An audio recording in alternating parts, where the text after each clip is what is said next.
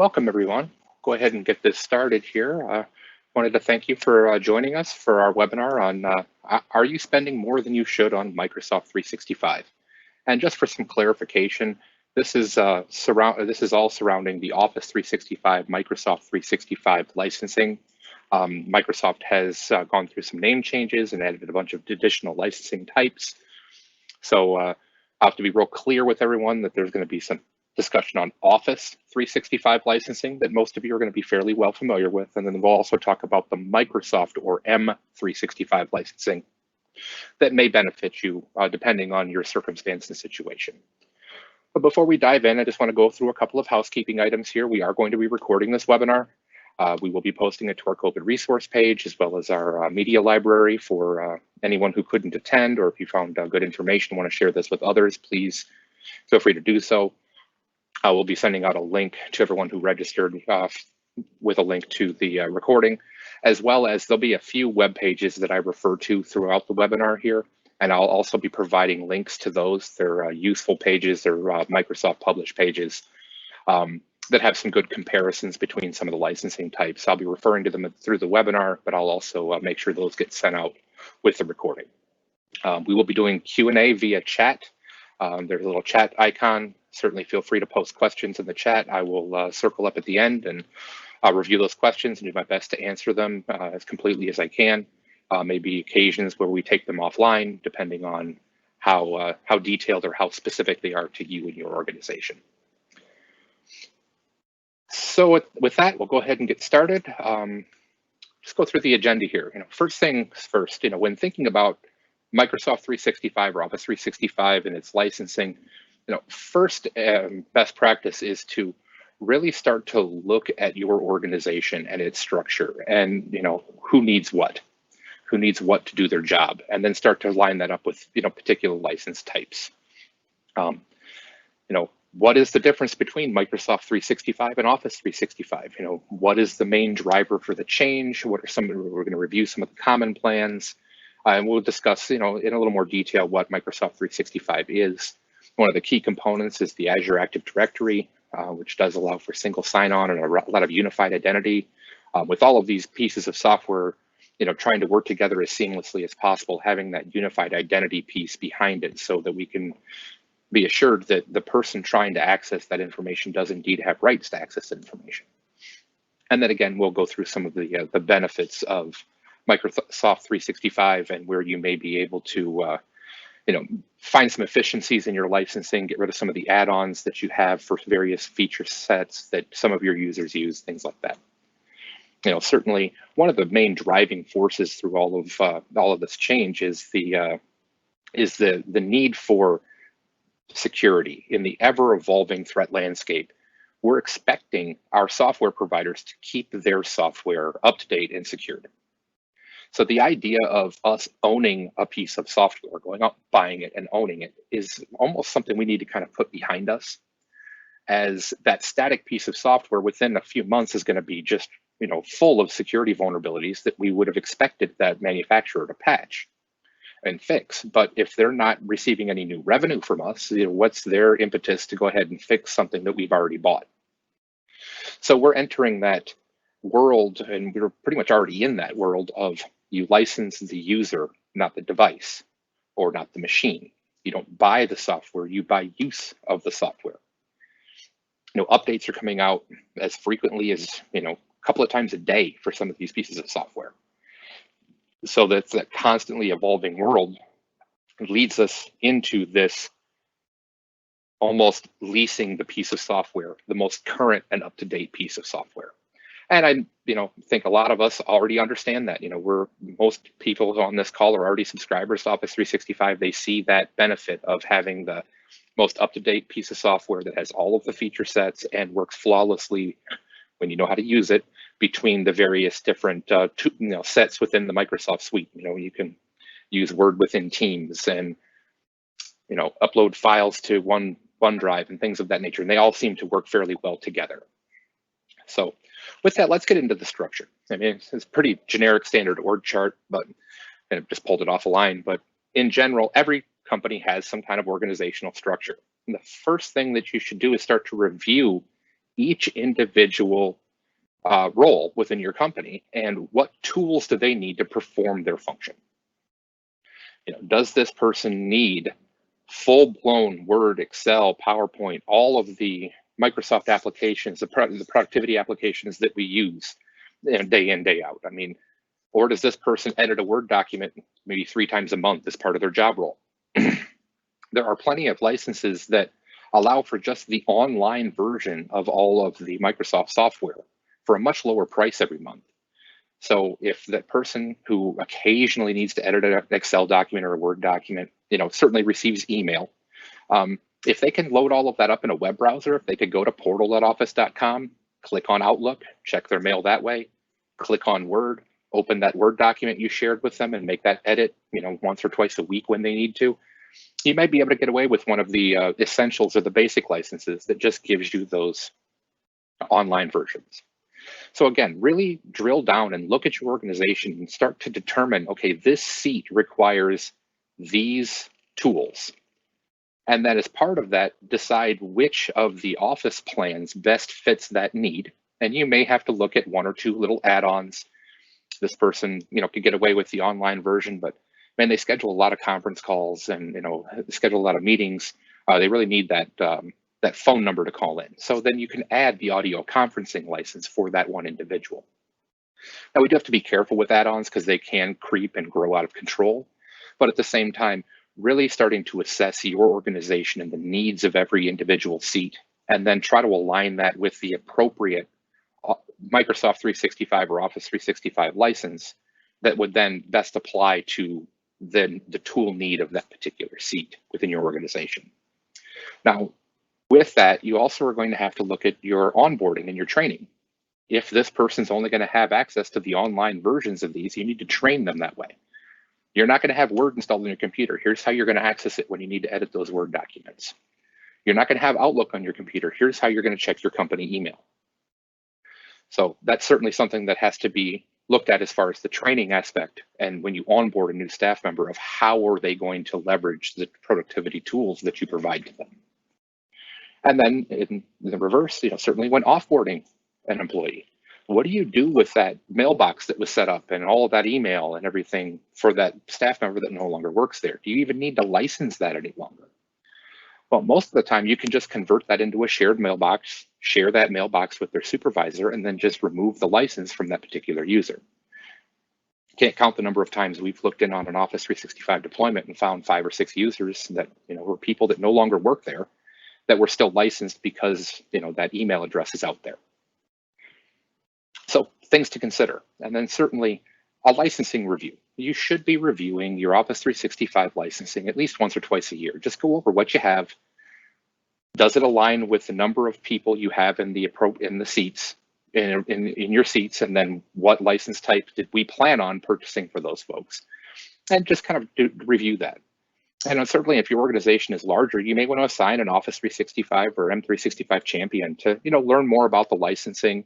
And, it's somebody you can lean on for, hey, we're thinking about adding a role, or these people seem to be struggling with productivity. Do we need to take them up to another license type? You have that person in-house that understands some of that, or certainly you can leverage your internal IT department or companies like ASK to assist with that sort of analysis of, which is the appropriate license for this particular role. So again, that is one of the key messages that I wanted to make sure I brought up during this webinar is, reviewing what your people need and then reviewing what the licenses that you've assigned give them and seeing if that's appropriate or not. In most cases, it's going to be, but there are times that, you don't have the right license assigned to the right person, and they may be, you may be wasting licensing on them, giving them things they never leverage or never utilize, or they may have some productivity issues because they can't get to something. So again, something to review.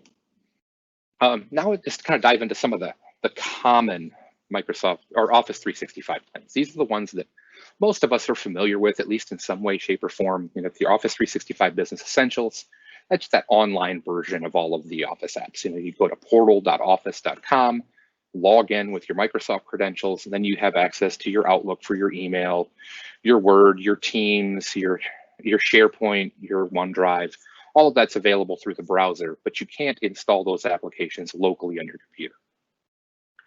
Next step up is the Business Premium.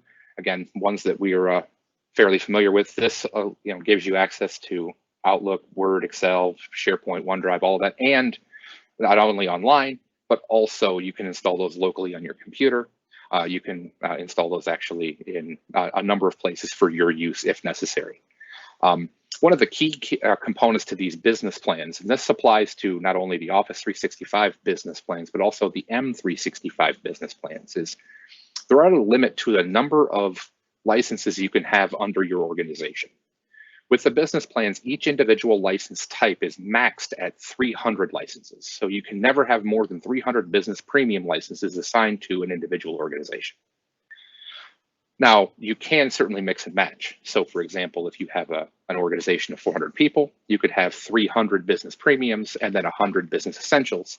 That would be just fine. But you can't have any more than 300 of any of the business license types individually within your organization.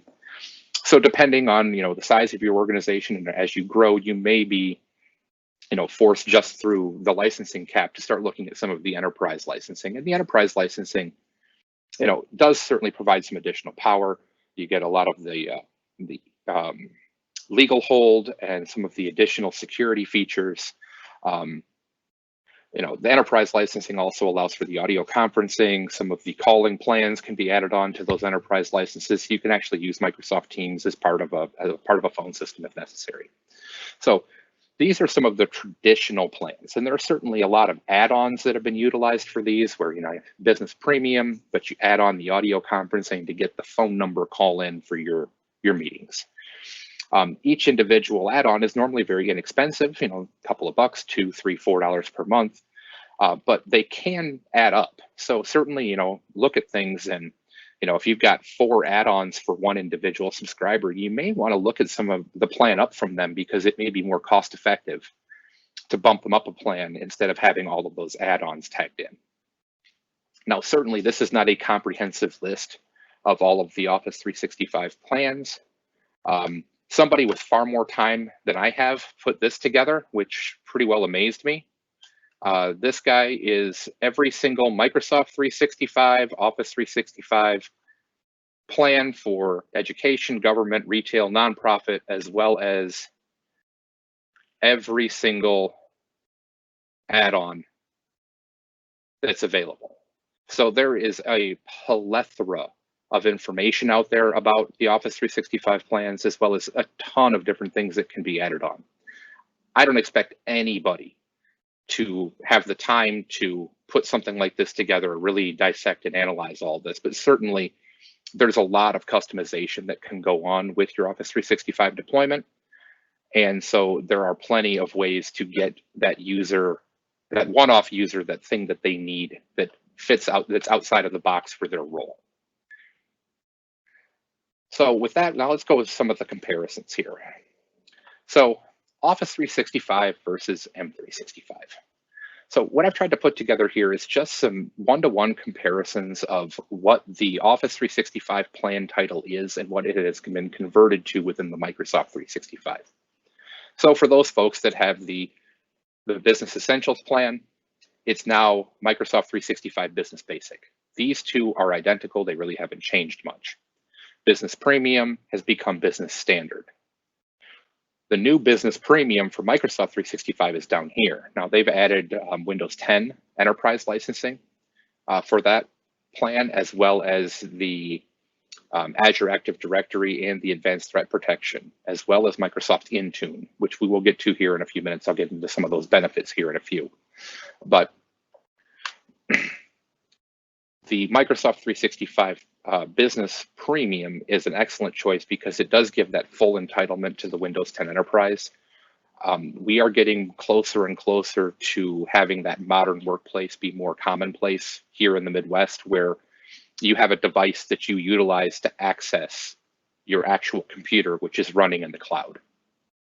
I share a quick story. One of my coworkers has been spearheading our research and development on this. He did a little demo for us where he took his Note 10 phone, connected it to a small, or he had a Samsung Note 10 phone, connected it to a small adapter that had a USB port, an Ethernet cable, and an HDMI jack on it. He then was able to connect his phone because he has an M365 license. He was able to establish a remote desktop connection to the computer that he had running in Microsoft Azure. And then he had a full-blown Windows desktop where he was doing his normal work on a day-to-day, regular basis, but he was using his Note 10 as the device to access that. He didn't have a computer, he didn't have a laptop. He was just using that smartphone as his access to his real computer, his virtual computer that was running in the cloud.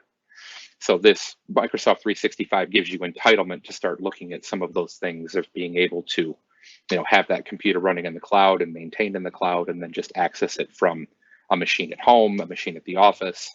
The computer you're on becomes much less important as far as the horsepower of that machine, because all of that compute is run in Microsoft Azure in the cloud. So I digress a little bit with that, but there's a lot of additional feature sets built into the Microsoft 365 stack. One of the other key components here is the Azure Active Directory service. Azure Active Directory is the unification of identity management within the Microsoft stack. It's what all of the various Microsoft software queries to ensure that you are who you say you are. And do you have access to, or should you have access to this file or this area within the Microsoft 365 stack?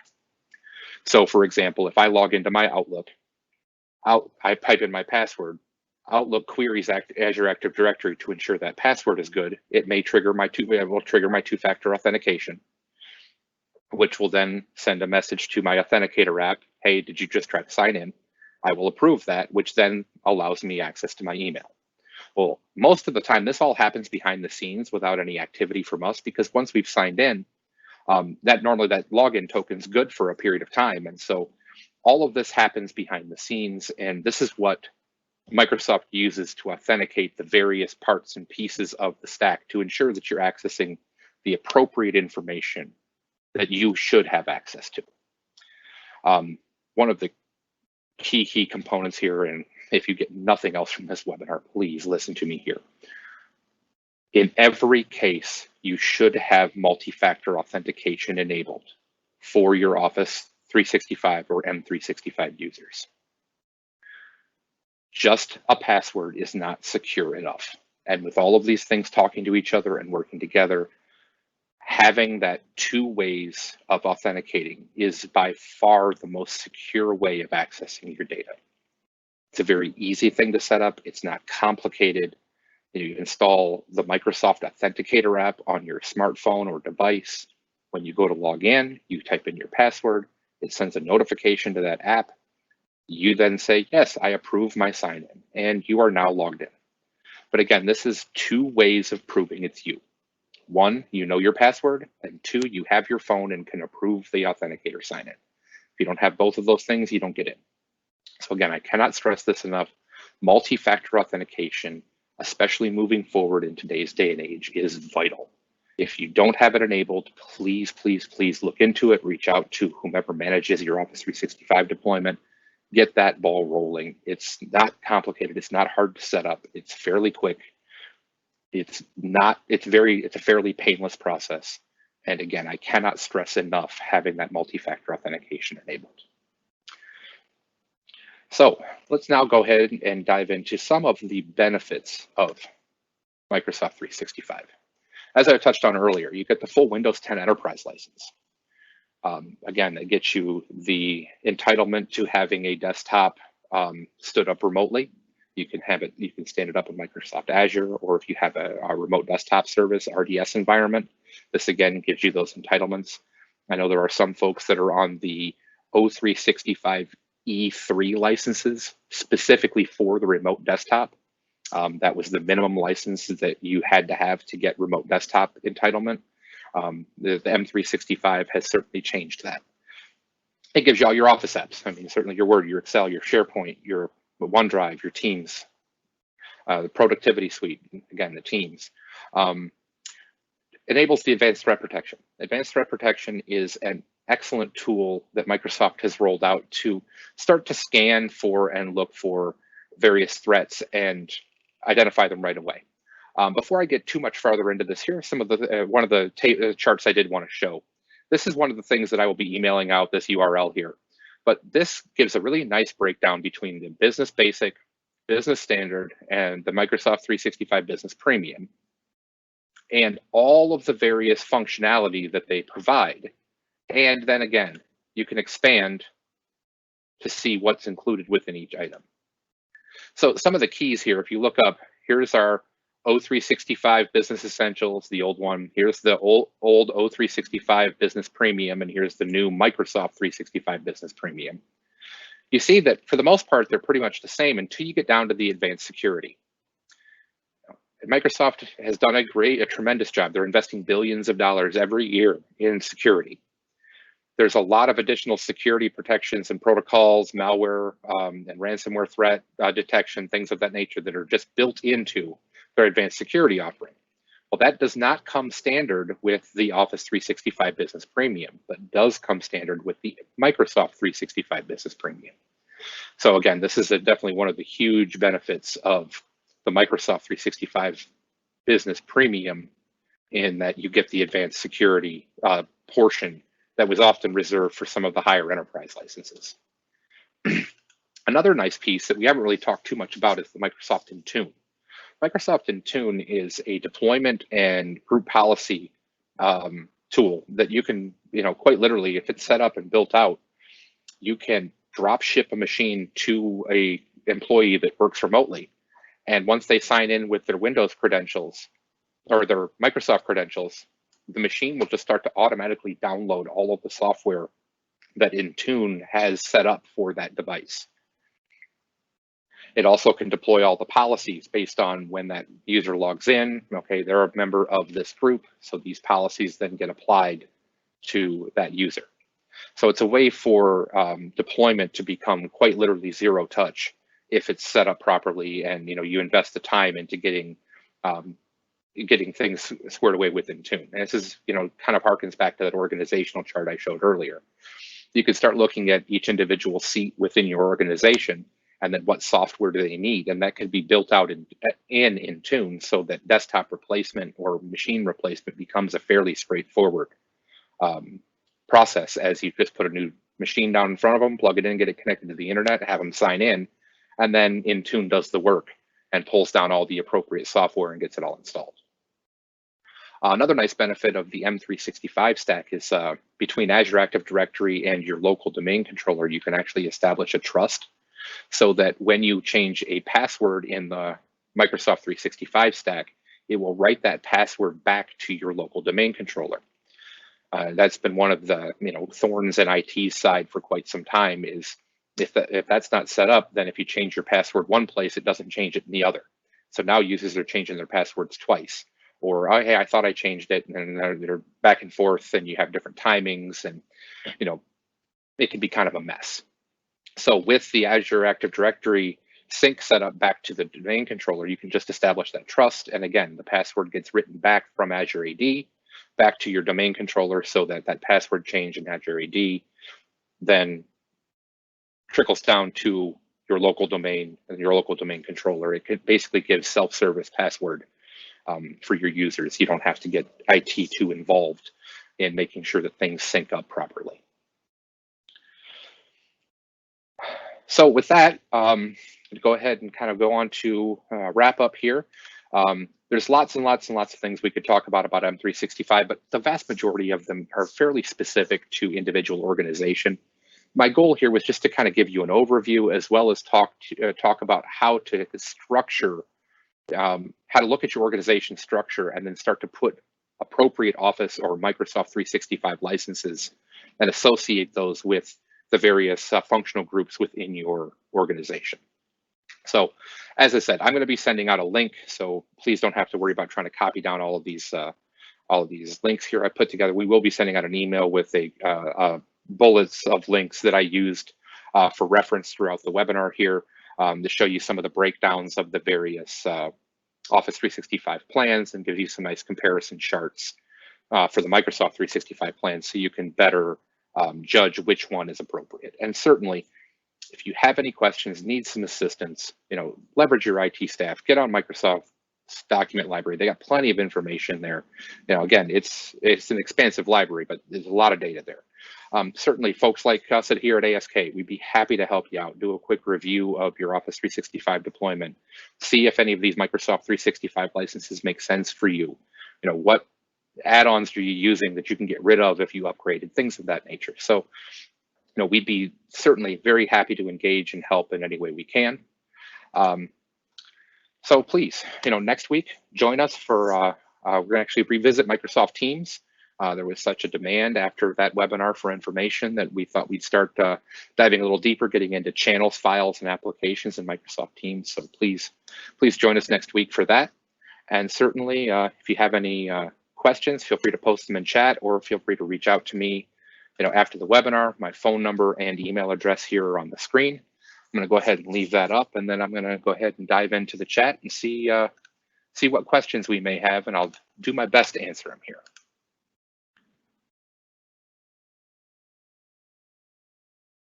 All right, looks like I've got a couple questions. Can you use multi-factor authentication for select users? Yes, you certainly can. That is that's no problem. You can actually do that on a user by user basis. So that is no issue whatsoever. Again, I strongly recommend it for as many users as you can possibly deploy it to.